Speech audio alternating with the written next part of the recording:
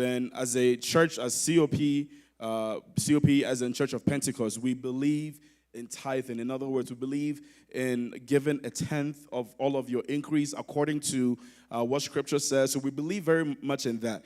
And we've also organized our structures as far as how we disperse funds based on the tithe and based on the offering as a church. And so that's something that we strongly believe in.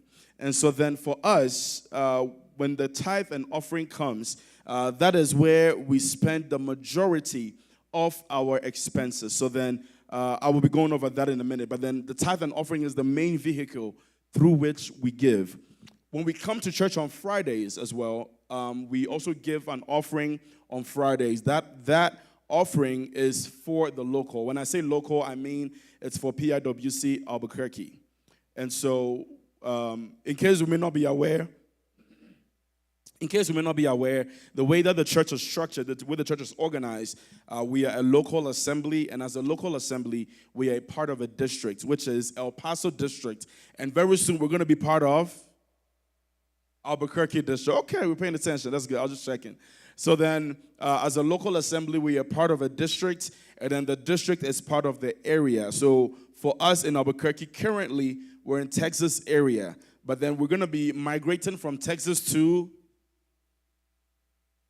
Colorado area, right? So on the area level, we're going to be moving from Texas to Colorado. So that is how the church is structured. And then all the areas are also under the nation. So it's a really, really great structure, but it's also a centralized structure. So it being centralized means that any funds that come in at the local level, we do all of our major expenses at the local level, and then a fraction of the balance then goes to districts. And then the district also does its own expenses. And then the district also, a fraction of whatever is remaining stays at the district. The fraction is much less at the district than it is at the local. But the district also retains the balance. And then the remainder also goes to the area, which used to be region. But it goes to the area, and then the area is the same process. So it's a very robust process. It's very structured. And I, for one, think it's a really good structure. So I like talking about it. Anyways, so the tithe and offering that comes in at the end of the month, we make all of our major expenses. So presiding elder was talking about the mortgage or the rent. For us, our rent, currently we are paying a rent. We don't own yet, so we're paying rent. And the rent that we pay is just a little north of $3,700. So our rent is around $3,700 every month. And so then the tithe that we give allows us to be able to pay our rent. So then when we get all of the tithes, then we pay our rent. Then also there are other expenses that are also covered. So then we also have office expenses. So then if we need any items for the office, we didn't used to have an office. Now we are working on our office. So then all of the expenses for the office, so all of the furniture, all of the cabinets, all of that, all the stationery, all that is also allowable from the tithes. And then also other church van expenses. So then if we do any repairs on the van, that we can deduct from the tithe. Also, if we buy gas, we're always doing pickups and such. So the gas that we buy for the van, we also deduct that from the tithes. Same thing for the auto loan that we have on the tithe. That also, on the van, sorry, that also comes from the tithe. So then we deduct all of these expenses from the tithe. And then also the insurance that we're paying on the van, that also we pay that from the tithe. And then also if we do any visitor support, that also comes from the tithe. And then also presiding elder allowance. The presiding elder is allowed an allowance. It's not a payment, but it's an allowance, because in the church we don't really pay our presiding elders, but then there's an allowance that's allotted. That also comes from the tithe. So then once we've deducted all of these expenses, the balance that is left, that is the 22.5% of whatever is left over. That is what ends up staying in our account. And then the balance is what goes to the district, and then so on, and then so forth. Please, does that make sense? Any questions about that so far? Or we should move on to the, okay, then at the end. So please, if you have any question, like President said, please note it down. Okay, and then there are other vehicles through which we give, as I mentioned. We do the missions offering, the missionary offering. That is to support the missionaries. So none of that stays at the local or at the district or at the area. That all goes directly to national, and then they disperse it to all of the missionaries that are in various countries. And then also we do for a Thanksgiving offering, so then maybe somebody comes to testify and then they have an offering. That Thanksgiving offering is also a separate bucket. That also stays, for that one it stays at the local. It doesn't go anywhere since it's a Thanksgiving offering from the members.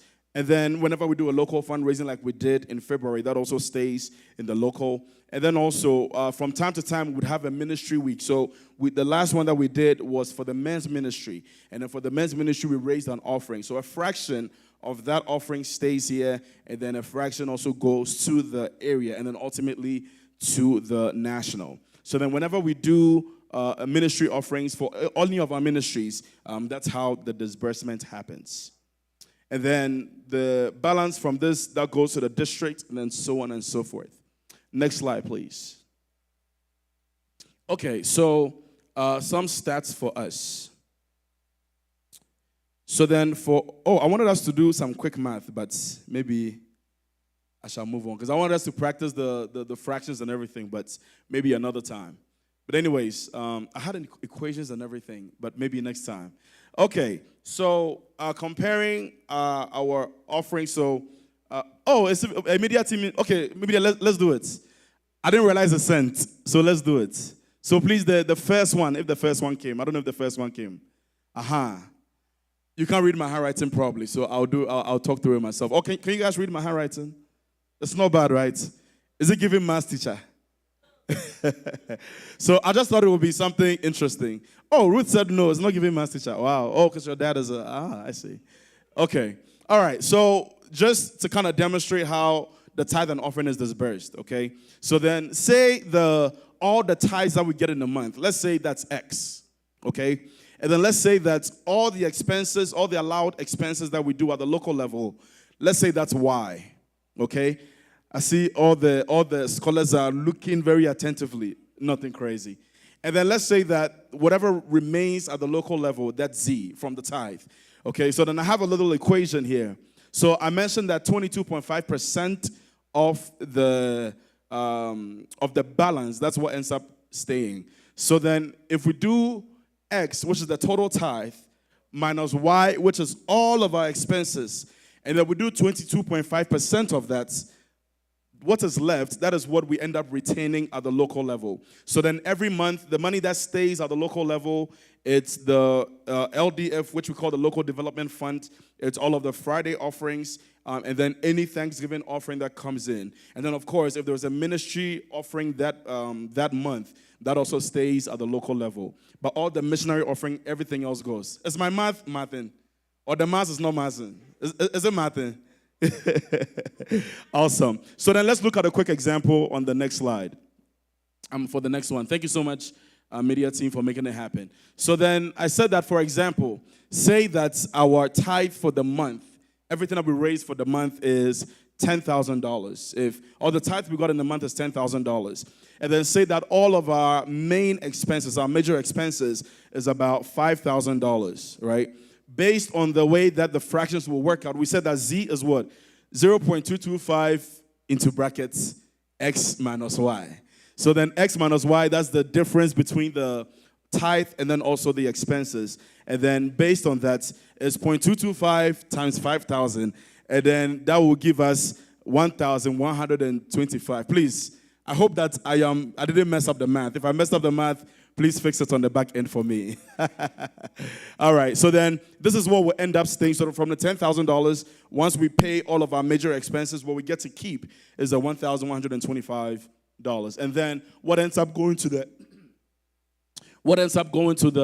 district would also end us the one that is all the way up there. So then the districts, that one, the variable is D. And then D is, if you subtract 1 from this, or this from 1, it's 0.775. And then when you do that math, it ends up being 875. So that's what ends up going to district. For us, our local development fund is 22.5%. For the district, is only 5%. right? So then they also do all of the expenses, and then 5% of the balance is what ends up staying, and then the rest goes. So I hope this hopefully gives us some context of how our tithes and offerings are disbursed. If you agree, say amen. Okay, so shall we please go back to the slide? Thank you so much, media team. I know that was my last minute, but thanks for making it happen. Okay, so then just some comparative statistics. So some of the buckets of offering that we do give, just wanted to compare how we're looking this year versus the same period last year. So then for our missions offering, the orange is for this year, and then the neon color is for last year, the same period last year. So then we see that in for almost all the categories, we did a little better this year than we did last year. So just kind of wanted to show that. And once again, say that God bless us all for our contribution. So then the tithe and offering that we have raised so far this year, or from January to May rather, is $54,473.89. And then for June, it was around $8,000. So then when we add that, for the first half of the year, we have raised about $62,000 and change, almost $63,000 in our tithes for this year so far. So we just want to say, God richly bless you once again. And then for last year, from January to May, it was around $50,000. Still very, very impressive. So it really shows that we consistently give as a church. Next slide, please. Okay, so then I just wanted to show over the past 12 months, the comparison between our tithe and offering versus our expenses. So then the darker blue, that's for the tithe. And then the lighter blue is the expenses, the main expenses. So I'm using the phrase main expenses because there are other expenses that we incur as a local that doesn't come from the tithe and offering. And I'll talk a bit about that later on. So this shows like the balance between our tithe and our expenses. Now, it's very significant because if we're not giving as faithfully, and for any reason our expense ends up being more than our tithe, then that means that we end up owing money. And believe you me, this does happen in some assemblies. And Presiding Elder will tell you, anybody that has been to other churches might tell you that has been part of leadership will tell you that that's something that does happen. And so our faithful giving really goes a long way to help us so that we don't end up owing money at the end of the month. Even though we still incur a lot of other expenses, that ends up being more than what we retain as a local. But at least for our major expenses, we're able to take care of that. So also wanted to show graphically how this is for the first half of the year. So then for the first half of the year, fractions-wise, this is the sum of all of our tithe and offering. This is the sum of all of our expenses. And this is the sum of the LDF, or the Local Development Fund, that we have retained so far. All right? So just wanted to show that really quickly. And then the scale is at the bottom, so hopefully we have some context. Next slide, please. Okay, so then I wanted to show on the left side some of the other expenses that we do incur, or just like a graphic of the amount of expenses, other expenses that we incur. So to give some examples, whenever maybe so for instance, like we did the watch party the other day. We just did a watch party. We're doing another one next week. More on that later. We're doing another watch party for the finals. But then for the previous one that we did, it's like if I know that for that, by the grace of God, there were a few people that gave in order to support that effort. And then some people also brought things. So then God bless you all very much. But then for events like that, all the expenses that we incur from that, so any food that we buy, anything that we do, that comes from the local assembly. It doesn't come from the tithe. So that's just an example. And then there are other expenses that we incur. So then, in replenishing our hospitality items, so then to make sure that we always have water, to make sure that, we did communion last week, the communion tokens, all of the hot chocolate stand that we have, the water we buy, everything, all those other expenses, if it's not directly tied to a ministry, all of those come directly from the local assembly. And even if it's tied to a ministry, and that ministry doesn't have their own funds available, then that expense will end up coming from the local assembly. So then from January to May, these are the other expenses that we incurred as a local assembly. So then ranging from 1,002, and this is because of this is a little high because we supported the what's the Valentine's Day events that we did? The Valentine's Day event that we did. It wasn't Sip and Paint. The other one that we did. It was what? Oh, I don't remember. But anyways, for that we incurred a bit of an expense there because we rented the chairs and the tables that we did. So little things like that. All of those.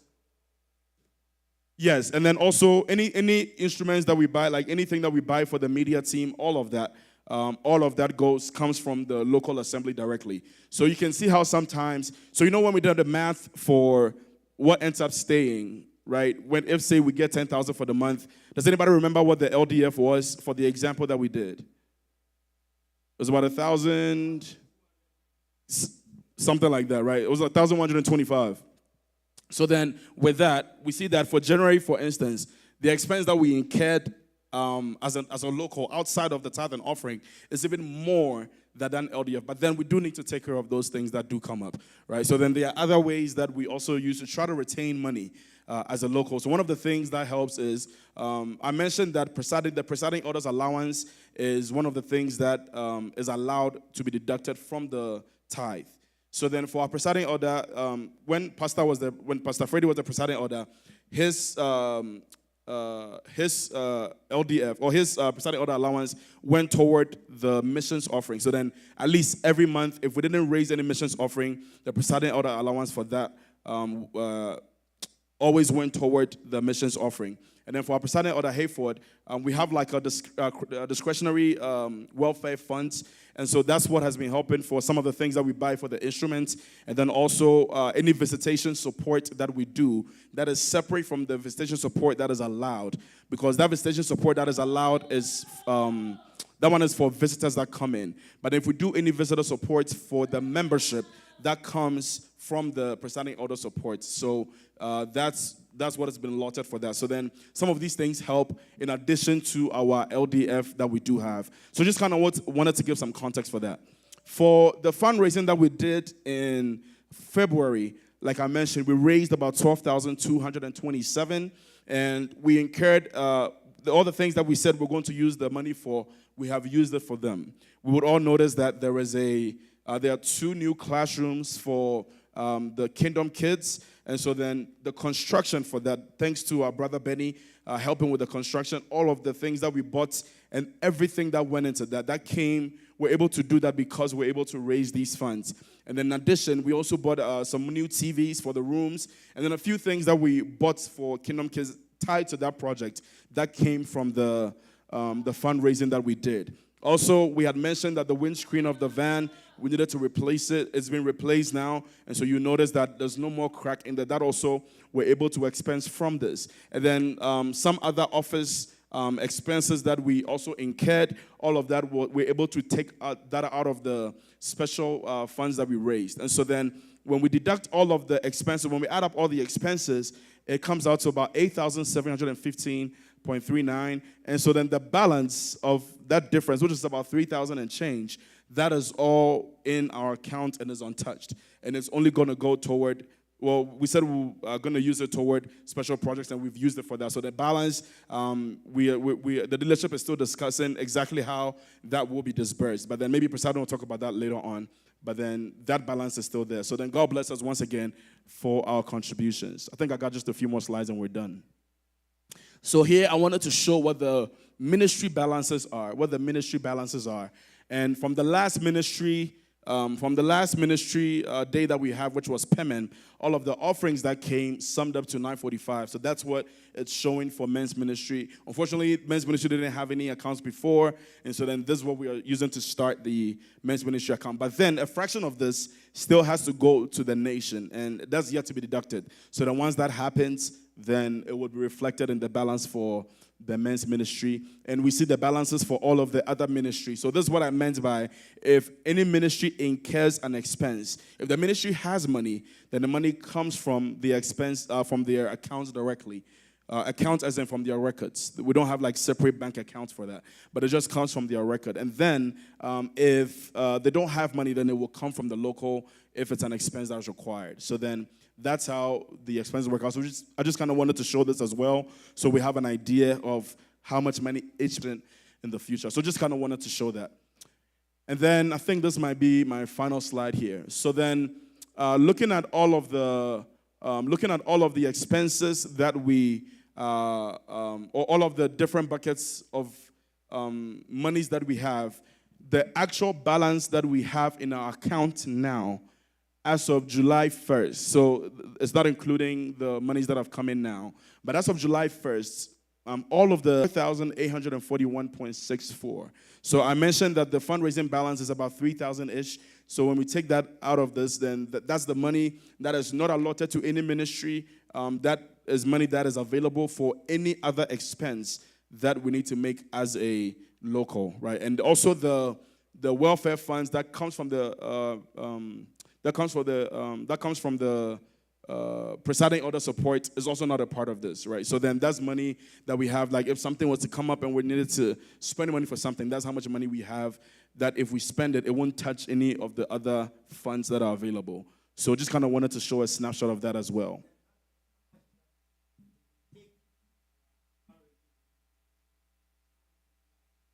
I think it comes out to like 1,200 and something. I had it as a bulletin. I think I accidentally deleted it. But it comes out to like 1,200 and something. So that's how much money that we actually have as a church, minus all the ministry incomes, and then minus all the fundraising money. And then also minus the welfare fund that we have. Right? So we have about $1,000. Cool.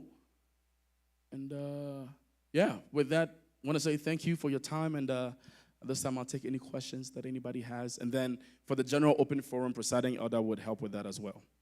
But yeah. Any questions about any of the finances? Anything that maybe I could clarify further? Anything that doesn't make sense? Anything that doesn't really resonate? Kindly ask, and we'll try to answer it to the best of our ability. Senior Elvis. Yes, sir.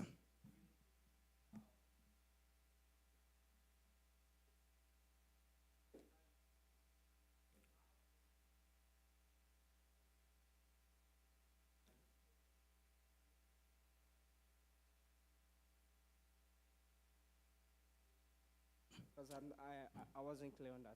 Sure. Thank you so much. Yeah, so the way that the expenses is done, great question. So say, if we can please bring up the math again from the handwritten notes, if it's possible to bring it. Excellent. Thank you so much. All right, so if the tithe that we raise is $10,000, all the tithe for the month is $10,000, and then the sum of all of our allowable expenses, so then that's a distinction that I'm making, because not every expense that we make as a local assembly is allowable. The allowable expenses... What is allowable? Because we are confused. Sure thing. So the allowable expenses, those are the major expenses that we make as a local. So our rent is an allowable expense, right? And then any office expenses that we also, anything that we buy for the office, that's an allowable expense. Currently, we are paying for the van. There's a loan on the van that we're paying off. Half of that loan also is allowable. So the other half comes from the other half is not allowable. And that is because ideally the entire loan was not even, like that payment was not allowable at all. But then we had a conversation with the regional or with the area financial person, and he allowed us to be able to deduct half of it. So then half of the loan payment, our rent, any other office expenses that we make, any gas that we buy for the van, the insurance on the van, and then also if people visit and people visit our church for the first time, when we give them anything, that's also coming from the tithe. Also, our internet bill, that's also coming out from the tithe. So these are some of the major, so all of these expenses that I mentioned, these are the allowable expenses. So that's our why. That's the sum of all the allowable expenses. And then any other expense that we have, that one comes directly from our account. So then for the month, the Z value, this Z, which is the 1,125, any expenses that we incur in the month, it comes from this money. But then assuming for a month, we incur more expenses than this Z value here. If that happens, then the balance of that will come from our account. But then that's how the money works out. Means we'll be in debt that month. If so, then that month we'll be in debt because then we are having to use money that we've already saved to cater for that expense. Please, does that make sense? Or does that help at least? Yeah, so then it tends to help if the more of the LDF we're able to retain, then the more we're able to kind of spend in a way where we can still save some after we have spent some. Because mind you, half of so for the on the van, we're paying about $808 every month. And 818 actually every month. So 409 of that is deductible. So that goes that we don't pay for. But then we are responsible for the other 409. So that is also coming from this 1,125. So then ideally, it's actually this minus that 409 that we're using to cater for all of our other expenses for the month. So let me add a bit to it. So somebody may ask, but why are we raising money as a local assembly and we are sending part of it to the district? Why? We have our own expenses to take care of. Why are we sending our money to the district? That is how the church is structured, right? Since the church started, that's how it's structured. Funds are raised at the local level. The district is not a church. The district is the different locals coming together, right? So nobody raises money at the district level. So the local raises money, spend part of it, and send part of it to the district to take care of the district expense. The area is also not a church. It is all the different districts coming together to form an area. The area has an office. The area has a pastor taking care of it, mission house and everything. So all the districts, after the expenses, will also send what is remaining to the area. The area will pay the car for the pastor, the rent for the pastor, and all those expenses. And whatever is remaining, then we send to the national. The national is also not a church. It is all the areas that comes together to form the national, so that they will also be able to pay the national head and all other expenses that comes up as a church. So if maybe you are wondering why we send that money, this is the reason why. Thank you. Yes. So on the Z, imagine we are unable to spend like the total Z, and we spend less than the Z.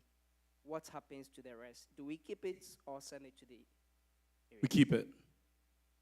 Thank you. Thank you. I think Mr. Fori had something. Yeah, the question I have is on the And then I'll come to Mr. Captain. allowable expenses. Mm-hmm. What does, how does an expense qualify to be an allowable expense? So the allowable expenses are predetermined by the church. So the church already predetermines it. So then in our enterprise management system that we use as a church, there's a list of expenses that qualify as allowable expenses. And so then it's just those expenses that are allowable. So I actually wrote all of them down here. So let me read through them. Because I think I summarized, but I don't think I enumerated all of them. So let me list out all of the expenses that qualify as allowable expenses. Okay, so office supplies, cable and internet fees, car running, so then gas and then tolls. So say we're going to Easter convention and then we have to pay for tolls. That comes from that is an allowable expense. Also mortgage or rent. So then once we end up owning our building, the mortgage that we'll be paying, that would also come from the allowable. Right now, our rent is coming from the allowable. Also, auto loan payments, which we pay half of. And that is only a special condition we've been allowed to. Because usually that would apply to like if like we're a one local district and like the pastor had a van like Prasad was describing, that's the auto loan payment there. And then also travel expenses. So then say there's a trip, there's like a training for the leadership, and then our presiding elder goes, that would be a travel expense. Also the presiding elder's allowance, and then the visitor support. So then for new people that visit, if we do anything for them, that would be a visitor support. And then insurance that we pay for the space, insurance that we pay for the car, that is all a part of it. And then also auto loan repair. So then recently, there was a lot of things that we had to pay for the van. All of that came from the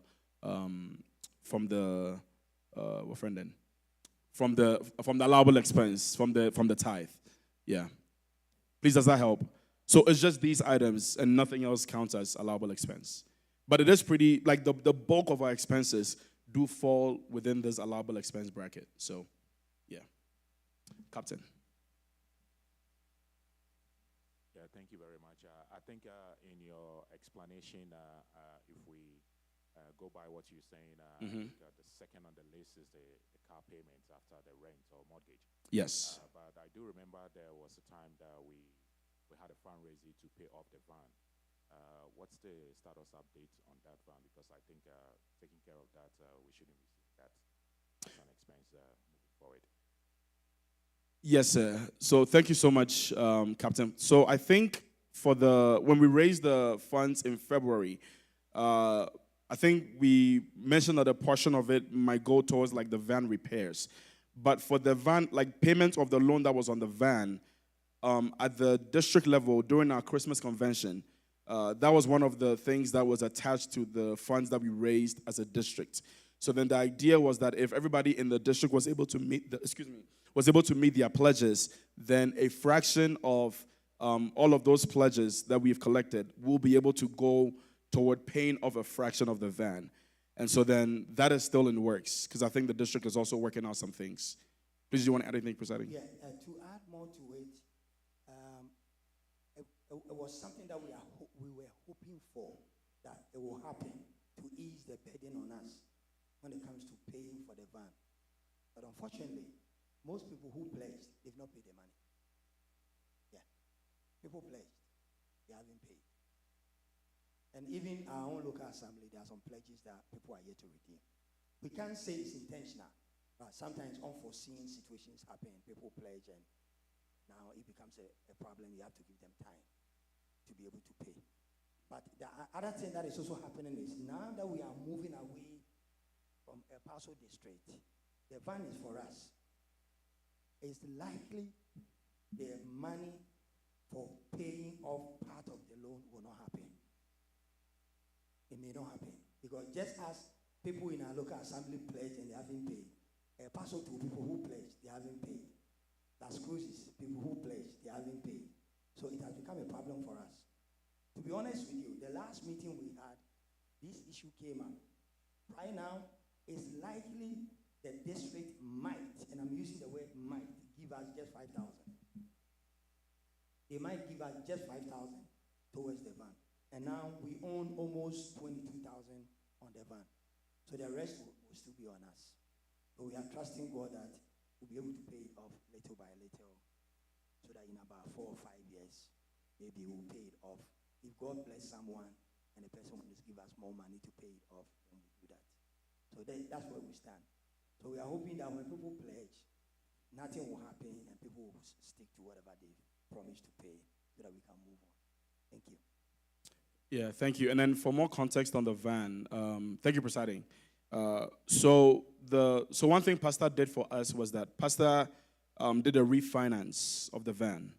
So then that means that we're paying through like a different provider, like a different loan provider. So then our monthly payment is actually lower now. So now the monthly, so for full disclosure, the balance on the van is about 20,000 now.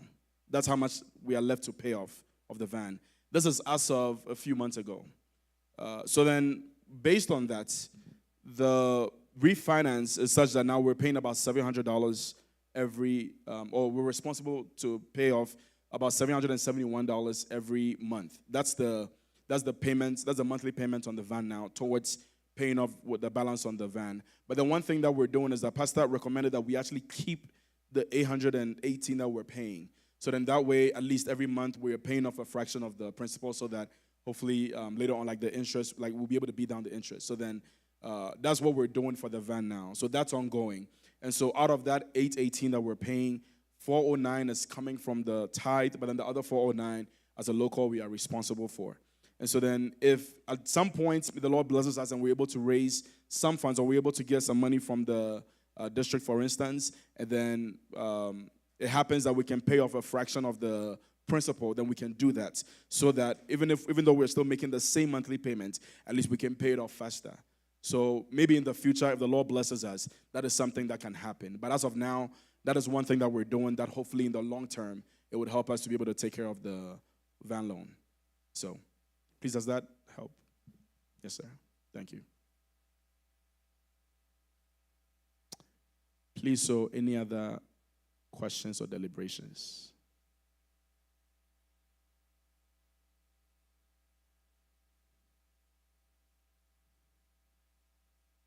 Oh, it was real quiet in here. Okay, Captain. All right, thank you. Yeah, this is to touch if anybody should. Yeah, thank you so much.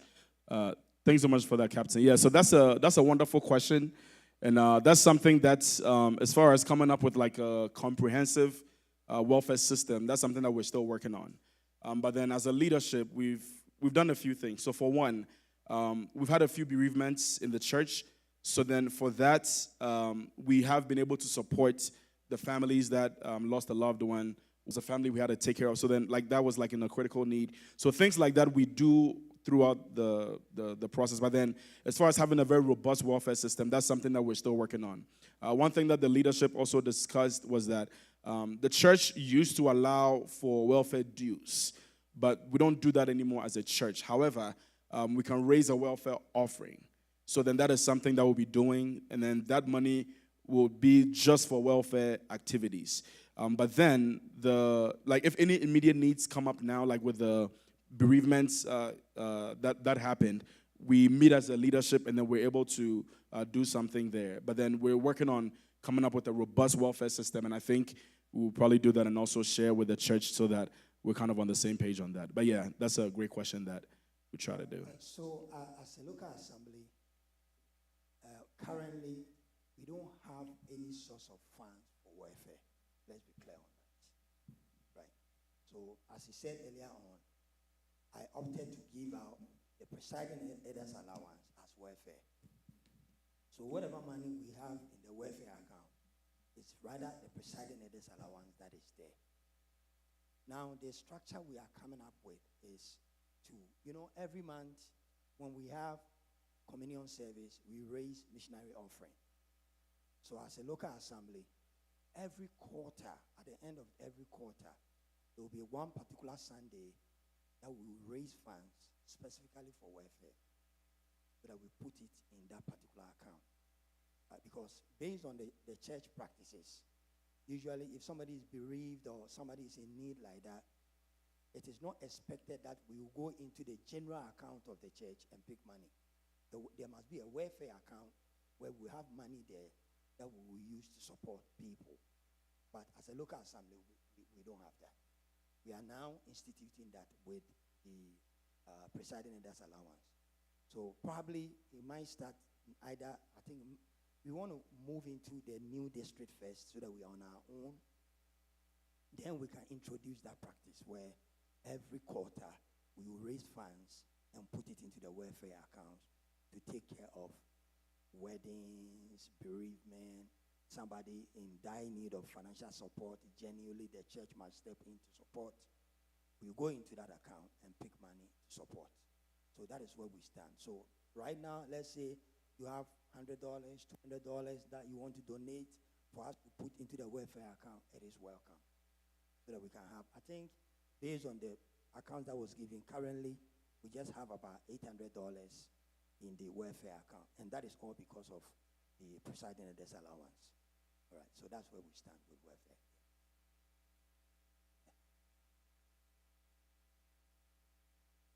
Of welfare.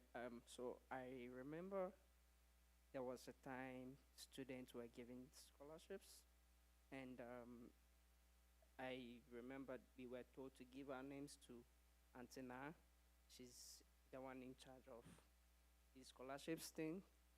And after we gave our names to her, she traveled, she left, and since then, we didn't hear anything about that scholarship for students. So I'm not sure if the scholarship for students still hold, and is it coming from the local funds or also the district funds, and who is in charge of it? I mean, we don't know anything. Yeah, good question. So the scholarship scheme is not anything. The local assembly has nothing to do with it. It is a national initiative, right? I think there was a particular year the national even canceled it. Probably that might be the year you are talking about. Every year, the nation set money aside, right, for some of these welfare initiatives, right? Sometimes, I think last year, Las Cruces had something out of it, and El Paso also had something out of it. There are some years, I think about 3 years ago, the bulk of the money from the nation came to El Paso district. Yeah. So it's unfortunate that happened, but that is not money that comes from us, it's the nation. So whatever the nation decides, we don't have any say in it. Probably that's what happened. Yeah. Now this year, for instance, it has come up again, and that is for freshmen. It's not just for everybody, right? It is a one-time support that we give. So if you have received it before, there is nothing you can do to receive it again. It's for freshman students, so students who have come afresh and they are in need. They are the ones that these funds are given to. Right, so just for clarification. Thank you. Okay, thank you. So speaking of the welfare, is there a structure put in place to regulate our expenses so that we don't go like beyond? Maybe let's say if we go below, then I'm thinking that maybe some of the money that we had in our local coffers can be channeled into the welfare. The Church of Pentecost doesn't allow that. You know, there has been a lot of, I remember many years ago, somewhere around 2016, 2015, there was one particular district, right? The welfare was such that every month, people would pay either $100, $25, and there were people who were not paying, right? And unfortunately, those who were not paying, they were the ones who were usually benefiting from the welfare. So it brought a whole lot of controversy in the church. People were bitter, people were hurt, right? People didn't understand why all this. So people will come to church, and after church, people have found their face, so they doesn't want to greet someone, all because of some little money. Why should we be in a church and these small things will bring separation and bring discord among us, right? So the nation canceled the welfare, right? The nation canceled it, that we shouldn't set anything aside, that person A should pay 20, person B. We have a general fund. We contribute towards it, right? Just as I said, we'll be having an offering for the welfare. Like we did recently, we had some weddings and other stuff. There was no welfare account. That is what prompted us to put the presiding elders allowance into that use, right? We went into the general fund of the church, which we did locally, right? But it's not something that we want to continue to practice. So we want to have a welfare account set aside. If it happens that the account is empty and there's a need for us to go into the general funds of the account, leadership will decide with the approval of the district pastor, and then we'll go ahead and do it.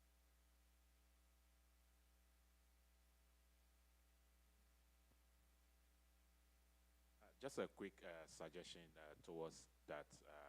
Since we don't have anything set up for that, I'm thinking if there's a need, or maybe somebody should come in, we should come in contact with somebody who has a need.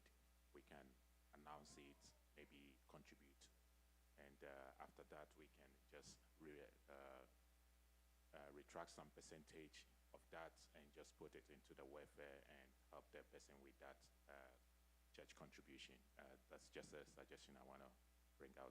Instead of, since we don't have anything set up, we can start with that for now.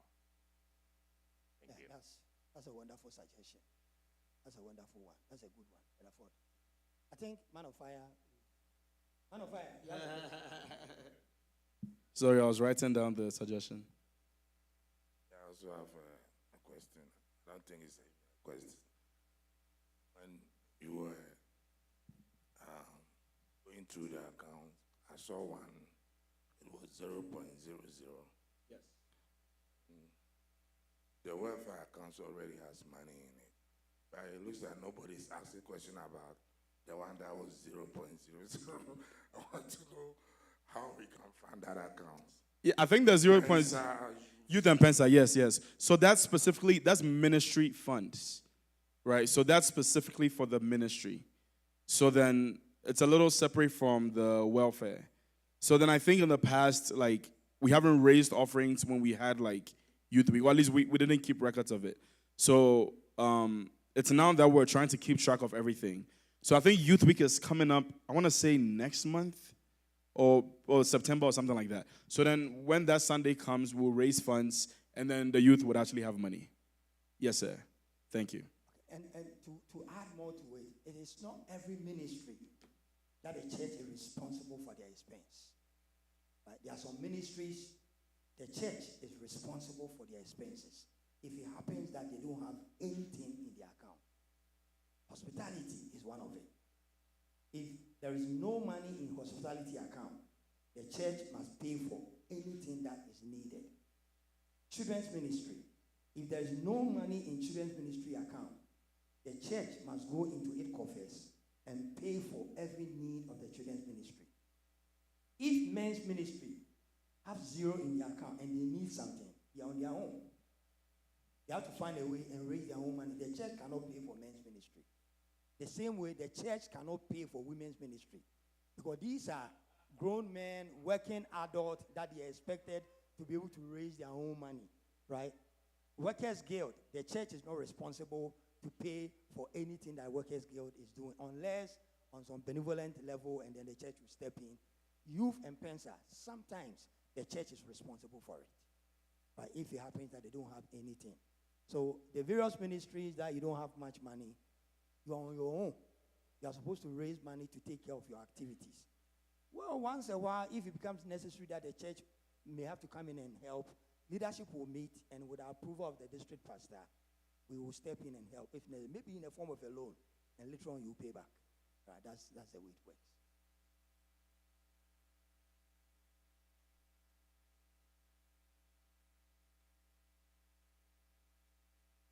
Yeah, I think we're probably winding down time-wise, but if there are any last-minute questions, we definitely want to make sure we try and address them before we draw the curtains for this. Great questions so far. God bless.